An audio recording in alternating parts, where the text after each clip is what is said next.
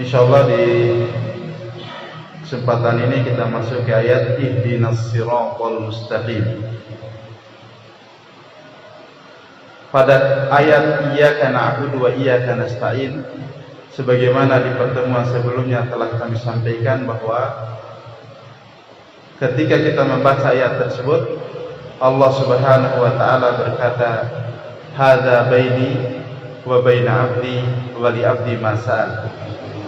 Jadi ayat iyyaka na'budu wa iyyaka nasta'in merupakan batasan antara jatah Allah dengan jatah kita. Sebagaimana dalam hadis riwayat Abu Dawud, ya, hadis qudsi, ya, Allah Subhanahu wa taala berfirman, qasamtus sholata baini wa baina 'abdi nisfain. Saya membagi surah Al-Fatihah itu menjadi dua bagian, ya. Separuhnya itu untuk Allah, dimulai dari bismillahirrahmanirrahim sampai iyyaka na'budu wa iyyaka nasta'in. Kemudian separuh berikutnya itu adalah untuk kita, sehingga Allah katakan wali abdi ma sa'ala, dan untuk hambaku segala apa yang dia minta. Nah, inilah mulainya jatah kita, yaitu ayat yang ke-6, ihdinas siratal mustaqim. Tunjukilah kami ke jalan yang lurus, ya. Insyaallah kalau terjemahannya ya semua kita paham, ya. Nah, di sini kami akan bacakan beberapa penjelasan dari ayat ini.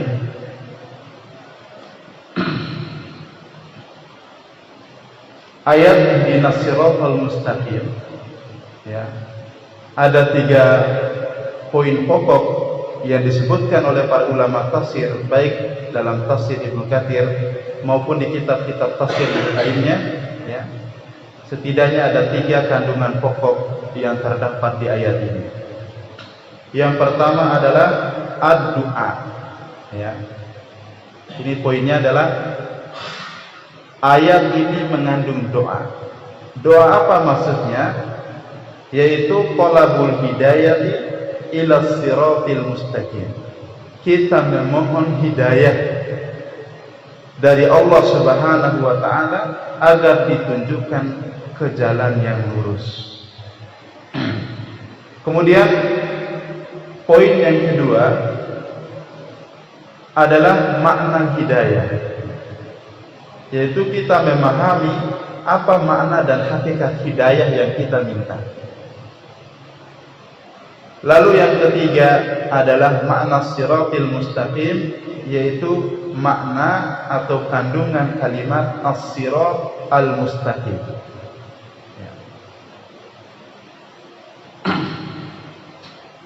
Dan sebenarnya masih ada beberapa kandungan lainnya, ya, tapi kami cukup dengan menyebutkan 3 ini, ya, sebagai ringkasan dari tafsir yang disebutkan oleh para ulama tafsir, yang diantaranya adalah dalam tafsir Ibnu Katsir ini. Tadi poin yang pertama adalah tentang doa, ya. Jadi di ayat ini, ya, setelah alhamdulillahirabbil alamin, kita memuji Allah Subhanahu wa taala dan meyakini bahwa Allah adalah Rabb alam semesta. Kemudian ayat Ar-Rahmanir Rahim ini sebagai bentuk penekanan dari Allah. Allah itu Maha Pemberi rezeki kepada seluruhnya di dunia, tapi juga memiliki sifat rahim yang nanti khusus untuk orang beriman di akhirat. Kemudian Allah katakan Maliki Yaumiddin, Raja yang menguasai hari pembalasan. Ini sebagai bentuk atau isyarat dari Allah bahwa seluruh nikmat yang Allah anugerahkan akan kita pertanggungjawabkan di hari pembalasan, Yaumuddin, ya. Setelah kita memuji Allah Subhanahu wa taala, maka kesempurnaannya itu Allah sebutkan dalam ayat iyyaka na'budu wa iyyaka nasta'in. Ada pengakuan dalam diri kita bahwasanya Allah lah satu-satunya zat yang diibadahi, dan dialah satu-satunya zat untuk kita memohon pertolongan, ya. Maka di ayat berikutnya kita mulai berdoa. Di sini jemaah sekalian, ada isyarat yang Allah Subhanahu wa taala ajarkan kepada kita terkait dengan doa. Para ulama telah banyak membahas bahwa dalam berdoa kepada Allah itu ada sunnah-sunnahnya, ada adab-adabnya. Ini yang banyak disebutkan ya dalam kitab-kitab fikih. Di antara adab-adab berdoa itu salah satunya ada sekitar 13 adab ketika kita berdoa. Salah satunya itu adalah al-bad'u bis-sana was-salati 'alan nabiy sallallahu alaihi wasallam, yaitu kita memulai doa itu dengan memuji Allah. Ya, ini di antara adab, dan ini disebutkan oleh Imam At-Tirmidzi dan disebutkan oleh Imam Al-Albani rahimahullahu taala bahwa ada hadis Rasulullah SAW mengajarkan kepada kita kalau berdoa jangan lupa kita dahulukan pujian kita kepada Allah Subhanahu wa taala. Itu juga mungkin sebabnya sering kita dengar doa imam-imam para khatib itu selalu memulainya dengan hamdalah. Ya. Jadi untuk memuji Allah Subhanahu wa taala, dan ini lebih mudah untuk diterima oleh Allah Subhanahu wa taala. Sebagaimana juga sebagian manusia ya, kalau dipuji dulu gampang dikasih gitu. Ya. Tapi kalau tidak dipuji, dicaci maki, dihina baru kita minta, itu susah untuk diterima permintaan kita.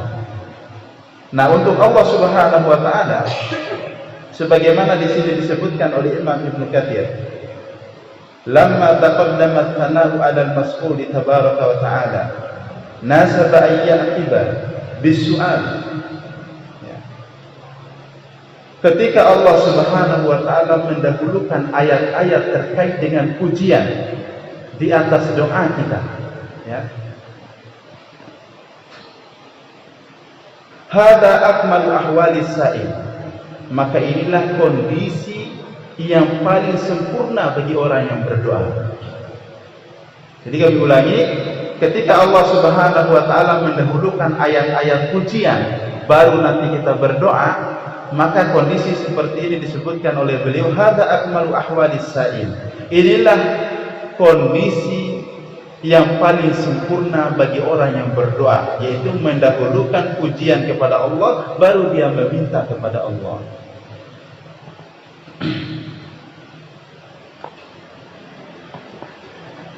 Li'annahu anjahu lil hajah wa anja'u lil ijabah.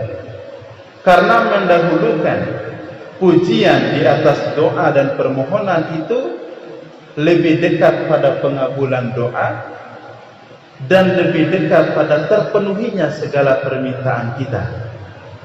Ya. Walihada arsyadallahu ta'ala ilaih li'annahu al-akmal. Itu sebabnya kenapa Allah memberikan petunjuk kepada kita, karena itulah cara yang sempurna ketika kita berdoa, yaitu taqdimut thana, mendahulukan pujian, ala su'al, di atas segala permintaan kita. Imam Ibnu Katsir menyebutkan, ya, ini bagian dari rahasia terpenting dalam doa, ya, agar kita tidak melupakan pujian kepada Allah sebelum kita meminta hajat atau kebutuhan kita.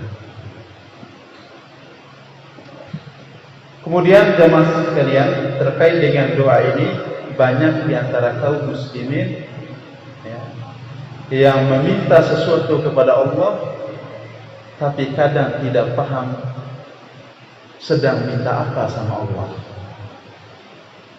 Atau ada orang yang mengaminkan sesuatu doa orang tapi tidak mengerti orang itu sedang minta apa. Maka ini pentingnya kita terus untuk belajar, terutama terkait dengan doa. Yang kedua, kenapa doa itu, ya, kenapa doa itu dibolehkan dengan bahasa kita? Karena sesungguhnya kita akan paham apa yang sedang kita minta kepada Allah. Jadi banyak kaum muslimin ya yang berdoa tapi tidak ngerti sedang doa apa sama Allah. Banyak yang mengaminkan doa orang, tetapi kadang juga belum paham orang itu minta apa. Makanya kenapa ya Rasulullah SAW juga mengajarkan kepada kita untuk setelah sholat itu kita doa masing-masing. Karena kadang ya karena kita lebih paham kebutuhan kita dibandingkan dengan orang lain. Jadi bukan berarti kita nggak boleh mengaminkan doa orang, boleh. Ya, tidak ada larangannya kita mengaminkan. Tapi yang terpenting adalah ketika kita mengaminkan doa itu kita juga paham. Mungkin ada yang mengatakan, ya, insya Allah lah orang doanya pasti baik. Belum tentu, ya, belum tentu doanya. Ya, bisa saja dengan kemampuan bahasa Arabnya dia mendoakan kecelakaan untuk orang, kemudian kita ikut mengaminkan. Karena kita tidak tahu apa makna doanya. Ya, belum lagi ada sebagian orang berdoa itu salah doanya. Ini bayangkan, salah minta kepada Allah, kita ikut mengaminkan. Ya. Makanya kita diajarkan oleh Rasulullah untuk memperbanyak doa masing-masing.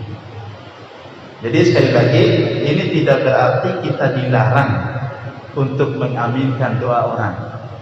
Ya, tidak dilarang. Itu boleh hukumnya. Ada orang berdoa kita mengaminkan. Cuma di sini sebagai bentuk peringatan buat kami yang menyampaikan, juga buat kita semuanya. Ya, agar kita benar-benar memahami apa doa yang diucapkan oleh seseorang, kemudian ya kita mengaminkan doa itu.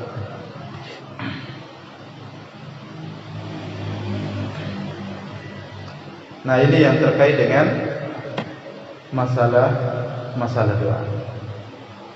Termasuk ya, doa ihdinas siratal mustaqim ini adalah doa tidak kurang dari 17 kali dalam sehari. Kalau orang sholat fardunya saja itu 17 kali dalam sehari membaca doa ihdinas siratal mustaqim. Ya Allah, tunjukilah kami ke jalan yang lurus. Pertanyaannya, setiap sholat ini dibaca, tapi kadang kita temukan ada orang yang sholat tapi nggak lurus-lurus jalannya. Ya, ada orang sholat tapi nggak lurus-lurus jalannya. Ya, masih korupsi kah, masih mencuri kah, masih macam-macam kemaksiatan yang dilakukannya. Padahal tiap sholat diminta, ya, minta kepada Allah ihdinas siratal mustaqim. Maka ada beberapa sebab, ya, yang paling utama disebutkan oleh para ulama adalah doa ihdinas siratal mustaqim kemungkinan besar tidak datang dari hatinya yang ikhlas. Kesungguhan untuk meminta petunjuk untuk ditunjukkan ke jalan yang lurus itu mungkin belum kuat keyakinannya dalam dirinya. Ada kemungkinan hanya sekedar memenuhi rukun sholat, membaca surah Al-Fatihah, yang seharusnya jemaah sekalian di setiap ayat itu ya kita dituntut untuk memahami makna agar sholat lebih khusyuk, agar doa kita diijabah oleh Allah Subhanahu wa taala.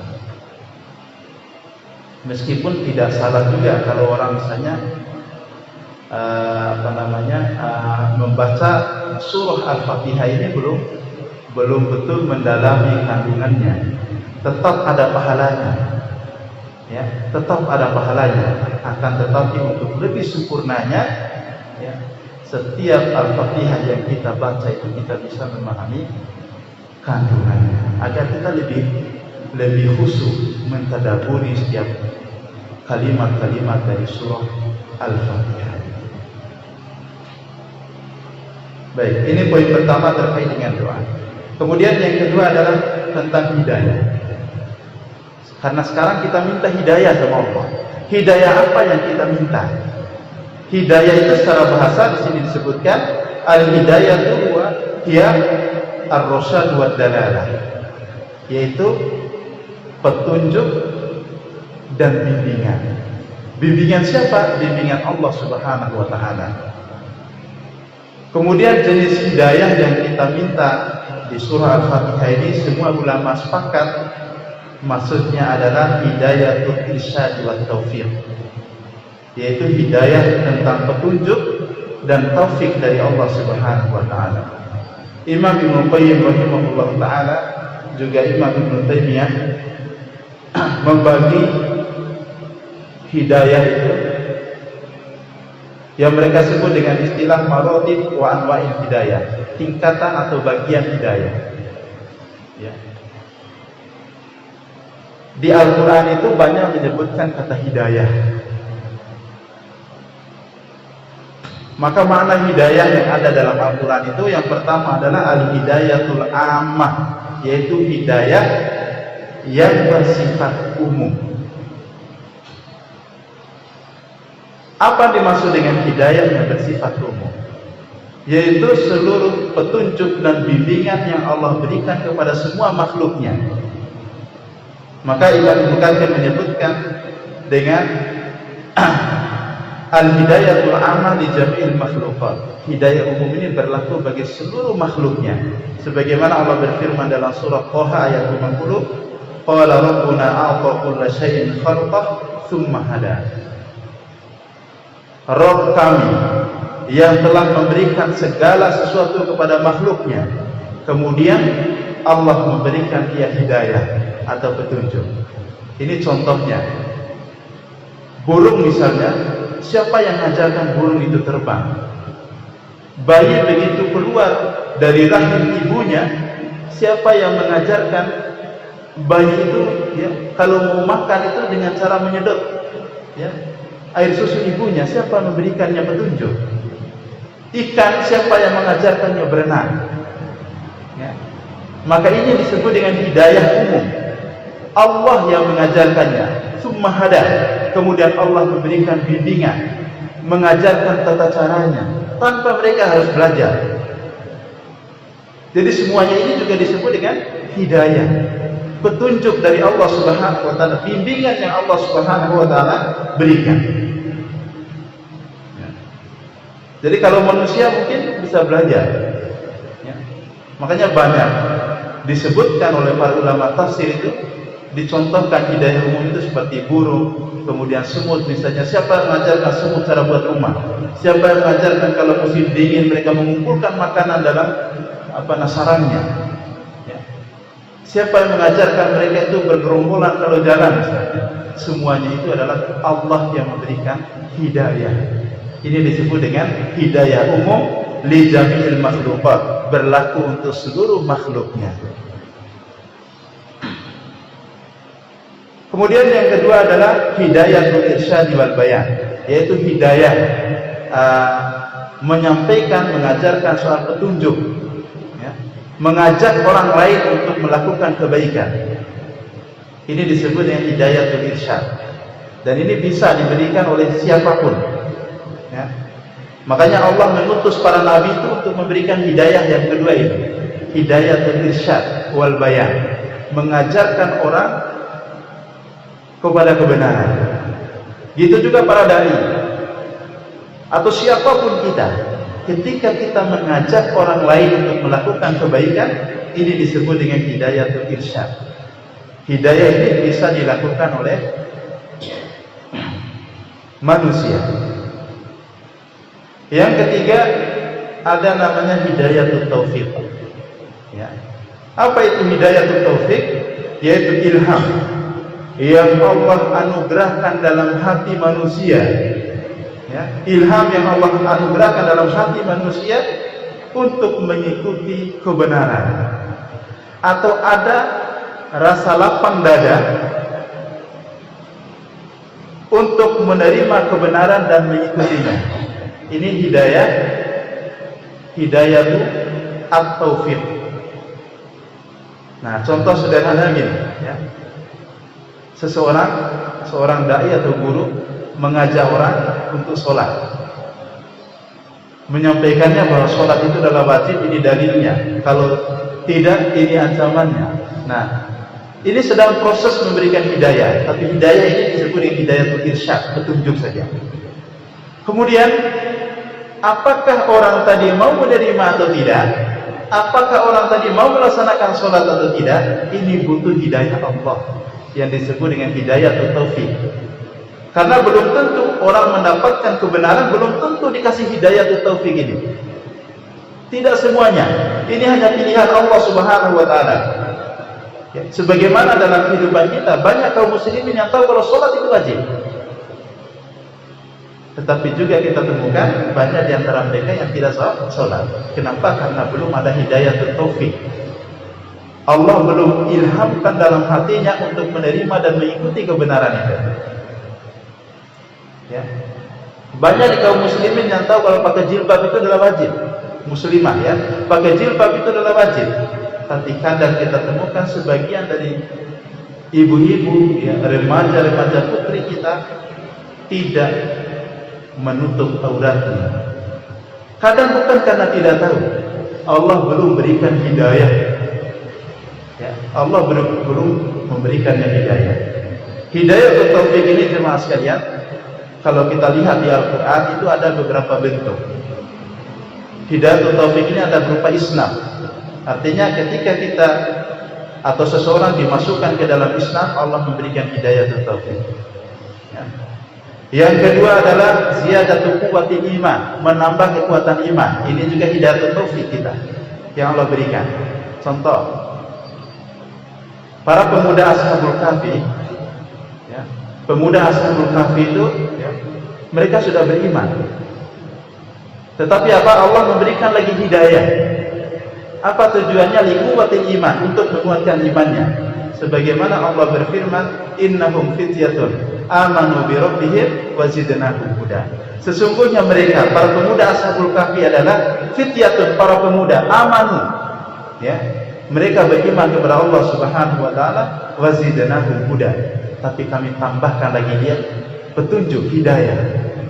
Sehingga apa maksudnya? Adalah liquwatil iman, agar lebih mengokohkan keimanan dalam hatinya. Kemudian yang ketiga adalah hidayah taufik ini untuk melakukan amal soleh. Hidayah taufik yang Allah berikan untuk kita memperbanyak amal soleh kita, ya. Karena kita sudah Islam, maka hidayah yang Allah berikan adalah untuk menguatkan iman kita. Kemudian yang kedua, hidayah yang Allah berikan adalah untuk agar kita memperbanyak amal soleh kita. Karena bisa jadi meskipun sudah Islam tapi jarang beramal soleh. Meskipun sudah Islam tapi belum sholat. Meskipun sudah Islam tapi masih sering bermaksiat. Maka di sini dibutuhkan hidayah taufik. Hidayah taufik ini hanya dari Allah Subhanahu wa taala. Tidak ada yang mampu memberikannya. Kalau manusia tugasnya hanya mengajarkan, sedangkan hidayah taufik ini Allah yang berikan. Sebagaimana Allah berfirman dalam surah Al-Qasas, innaka la tahdi man ahbabta walakinnallaha yahdi man yasha. Sesungguhnya engkau tidak bisa memberikan petunjuk kepada siapa engkau kehendaki, tapi Allah memberikan petunjuk kepada siapa yang Allah kehendaki. Jadi ayat ini turun kepada Rasulullah, ya, yang meminta petunjuk. Kemudian Allah Subhanahu wa taala ingatkan, sesungguhnya engkau tidak bisa memberikan petunjuk kepada orang kau cintai. Maksudnya adalah hidayah taufik. Kalau irsyad tadi ya bisa dilakukan oleh Nabi, tapi kalau taufik ini hanya Allah yang bisa melakukannya. Itu sebabnya Allah ajarkan kita di setiap rakaat salat kita mohon petunjuk Allah Subhanahu wa taala. Ya. Kemudian Nabi, bagi ya jemaah sekalian, mohon ini juga kita praktekkan. Nabi itu tidak pernah lupa berdoa setiap hari itu agar kokoh di atas keimanannya, agar kokoh di atas hidayah dan petunjuk Allah. Apa doanya? Insyaallah semua kita sudah hafal. Allahumma ya muqallibal qulubi tsabbit qalbi ala dinika. Ini doa tidak pernah ditinggalkan oleh Rasulullah SAW. Ya Allah, zat yang maha membolak-balikkan hati, tsabbit qalbi, kokohkanlah, tetapkanlah hati ini ala taati, di atas ketaatan kepadamu. Karena hidayah ini jemaah sekalian, hidayah ini merupakan anugerah Allah yang paling mahal bagi kita. Dunia dan seisinya tidak ada nilainya. Pangkat dan jabatan itu tidak ada maknanya di hadapan Allah kalau kita tidak punya hidayah. Makanya hidayah yang paling berharga itu adalah hidayah. Maka tuntutannya adalah kita harus merawat ini, karena bisa saja hidayah ini dicabut dari hati kita. Maka perlu kita berdoa terus. Ya, di samping ihdinas siratal mustaqim yang kita baca seusai sholat misalnya, atau kapan saja kita jangan lupa berdoa, Allahumma ya muqallibal qulub tsabbit qalbi ala dinik. Karena kita tidak tahu ya, bagaimana hidayah Allah Subhanahu wa taala yang ada dalam hati kita. Maka perlu kita terus berdoa kepada Allah, kita minta agar hidayah ini senantiasa ada dalam hati kita, terpatri kokoh, kuat dalam sanubari kita, agar kita terus menjadi orang yang diridhoi dan dirahmati Allah Subhanahu wa taala. Ada orang yang rajin sholat tapi akhirnya adalah suul khatimah. Ada orang yang rajin ibadah tapi pada akhirnya Allah wafatkan dia dalam kondisi yang sangat jauh dari Allah. Ini yang paling kita khawatirkan. Makanya Rasulullah juga mengajarkan kepada kita agar kita diwafatkan dalam keadaan husnul khatimah. Allahumma rzuqna husnul khatimah. Ya Allah, rezekikan kepada kami husnul khatimah, akhir dari kehidupan ini yang baik. Karena tidak semua orang bisa mendapatkannya, maka perlu ada perawatan dari kita. Bagaimana caranya? Ya kita bersungguh-sungguh dengan doa kita, dengan kita terus ya melakukan amal-amal soleh, dengan kita terus berzikir kepada Allah Subhanahu wa taala agar hidayah ini tetap langgeng pada diri kita. Kemudian yang terakhir jemaah sekalian, makna siratul mustaqim ya. Nanti insyaallah untuk lebih luasnya makna ini nanti ada penafsiran Allah di ayat berikutnya ya. Namun secara umum di sini Ibnu Katsir mengungkapkan beberapa makna yang disebutkan oleh para ulama. Yang pertama yang dimaksud dengan siratul mustaqim itu adalah Al-Qur'an atau hablullahil matin, tali Allah yang sangat kuat. Itu ayat-ayat Qur'annya. Yang kedua di sini disebutkan yang dimaksud dengan as-sirat al-mustaqim, jalan yang lurus yang kita minta itu adalah al-Islam ya. Yang ketiga yang dimaksud dengan as-siratul mustaqim itu adalah al-haq, kebenaran. Yang keempat di sini disebutkan oleh Abil Aliyah bahwasanya makna dari as-sirat al-mustaqim itu adalah wan nabi wa sahibahu min ba'di, nabi dan dua sahabatnya sesudah nabi. Namun Ibnu Katsir berkomentar di sini wa kullu hadhil aqwali sahihah. Semua pendapat tadi itu semuanya benar, bisa disatukan. Ya. Ada hubungannya ya. Wa hiya mutalazimah. Semua pendapat tadi saling berkaitan maknanya ya. Fa inna man ittaba'a an-nabiy sallallahu alaihi wasallam wa tada bil ladaini min ba'dihi Abi Bakar wa Umar faqad ittaba'al haq. Sesungguhnya orang yang mengikuti Nabi dan dua orang sesudah Nabi yaitu Abu Bakar dan Umar, maka dia telah mengikuti al-haq, kebenaran ya. Karena tadi makna siratul mustaqim salah satunya adalah kebenaran.